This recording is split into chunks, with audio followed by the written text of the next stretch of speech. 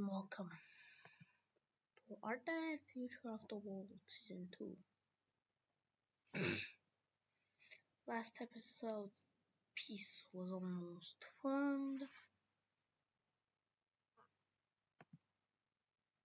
Well, I will be just keeping this for simplicity. So yeah, let's start.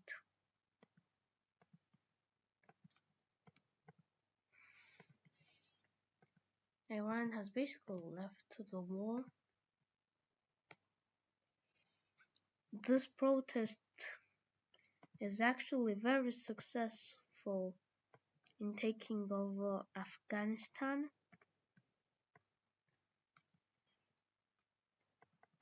And the new Afghan government is established, replacing the Taliban in a new age of nuclear fire.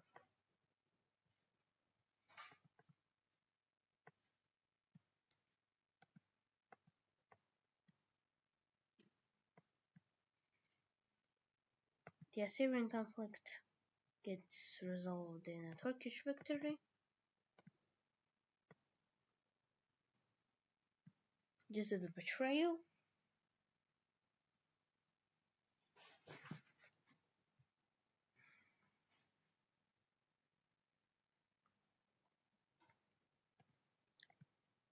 And also Turkey and Azerbaijan.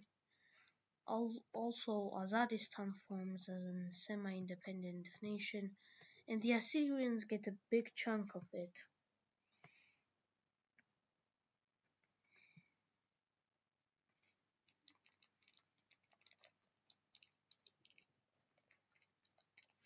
And they get forcefully relocated to this area, this small strip.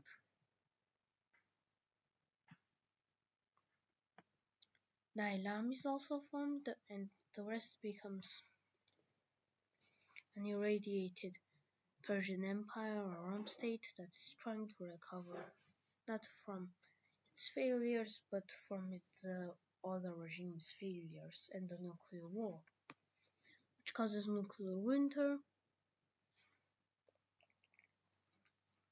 And India collapses even more. India has some level of stability left. Pakistan, not really. Even this liberal republic, which is in reality only democratic, and the peace treaty was just voting being allowed. The Taliban are still technically exist as a political party. You can vote now, officially vote for the Taliban.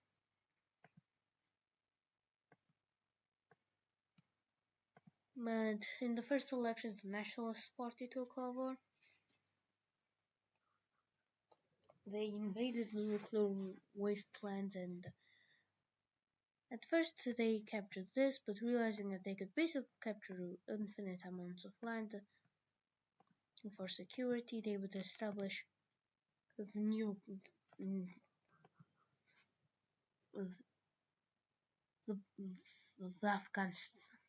the Greater Afghanistan.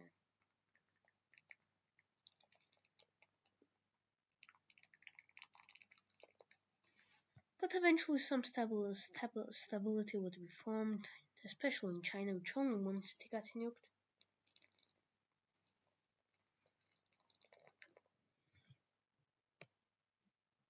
So let's actually look at Russia. Russia is in a pickle. It's weak. It's democrat-ish. It's oligarchic. It's stuck in the 90s again. It's in the 90s situation. And strongmen are really disliked. So democracy is thus eventually to take over.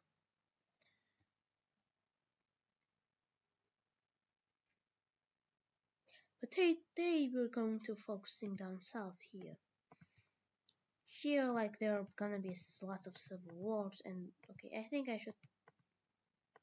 should highlight these in blue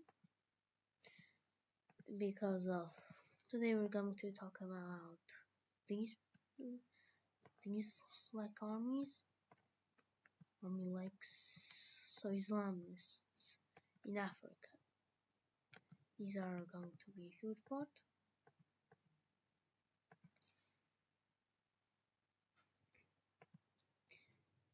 As the world's as the world's getting even weaker and weaker, you'll see this.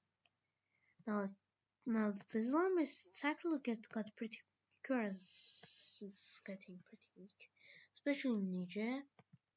But like in Nigeria, the government is getting more and more stable, even though economically it has been becoming better and better. This would be perfect for some kind of Boko Haram.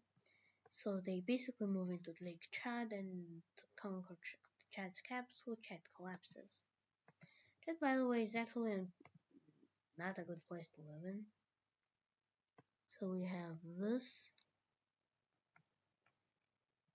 We have southern Chad and the northern Confederation of the Tribes.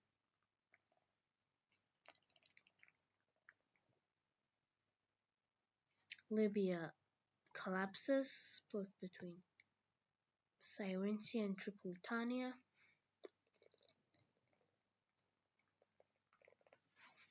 Cyrentia aligns more with Egypt. The South can't really do anything, and in order to destroy these Islamist organizations, they would attack, and attack.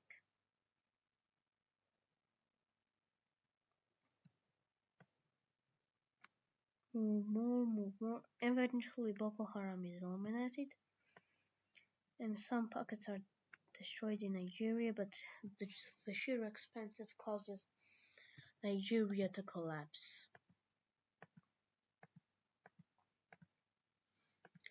The fall. Now Nigeria splits around the north, this being the second Sokoto Republic, the Abuja government territory, and the Southern Alliance and the Southern Confederation and the Kingdom of Lagos.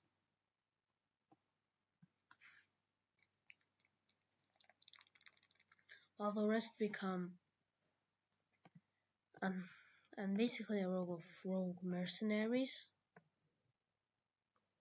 They eventually eliminate these people, and eventually unity is formed.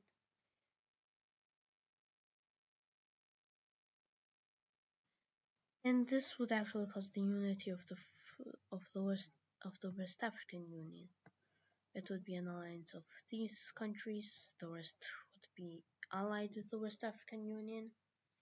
Well, except for the Nigerian countries and Cameroon. No, Cameroon would be in it too.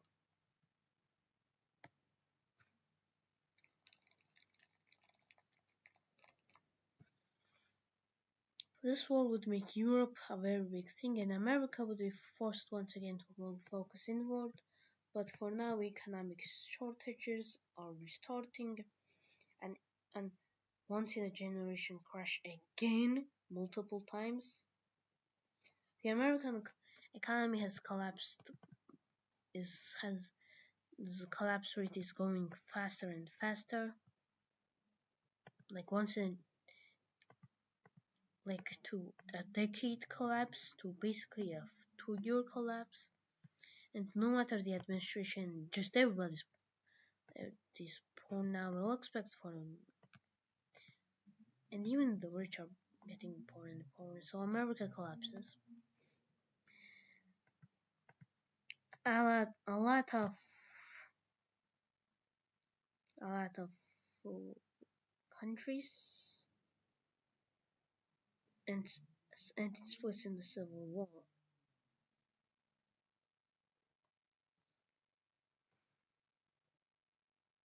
And just the tragedy that was the Third World War also caused this. The state of New York and California would easily be controlled by socialists, and the APLA. I think I should put disclaimers in the video.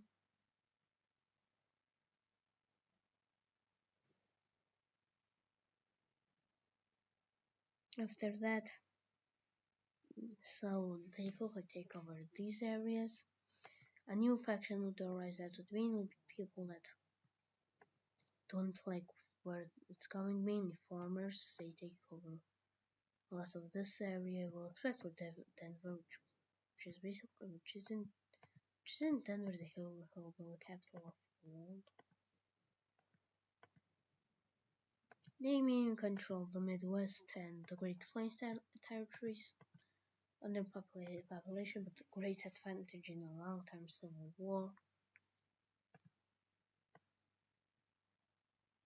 And there are some separatists, which are basically people who basically decided to do their own thing and not be a part of America anymore. And some cartels, which slowly fled Mexico and Latin America, and were looking on the verge of extinction until US collapsed. So they move into US chaos. The United States only controls the moment part, and even though that part rebels. So yeah, it's just a huge mess. And after that, gangs spring up, they taking over cities, and even moving outside of cities, establishing military control over these. Of course, these aren't united; they are basically a bunch of warlord states. And I don't know a lot about the gangs. And specifically in Florida, they just break away for the sake of breaking away. The what remains of the US government is very weak. A very weak government indeed. The army comes back to just a mess. A large chunk of the army is men.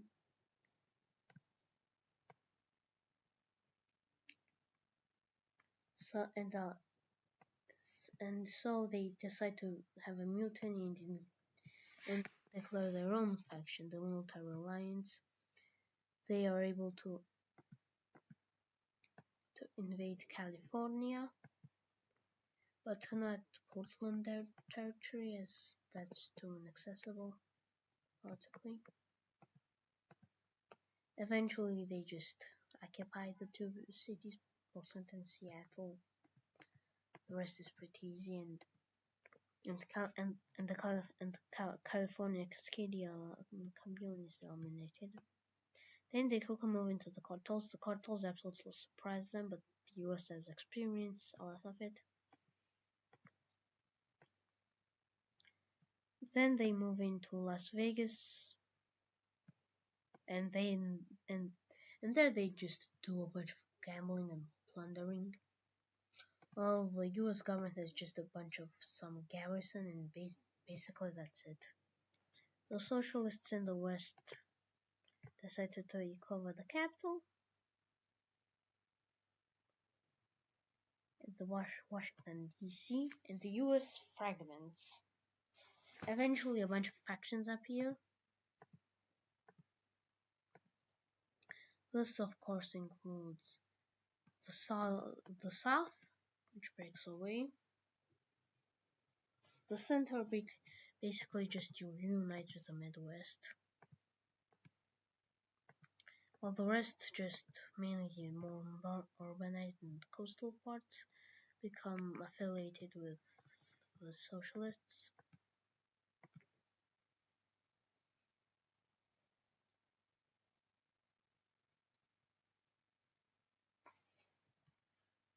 The US Army also has many bases here.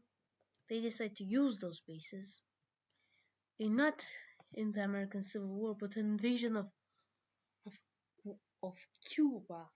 They decide to move a bunch of troops to a canal. They firstly invade the canal and Panama, allowing the most of the world to recognize them as the true government of the US.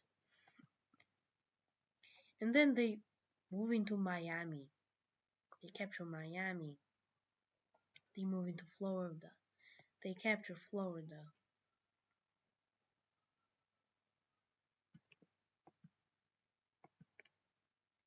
And yeah, it's that. Let's end the video. Thank you for watching and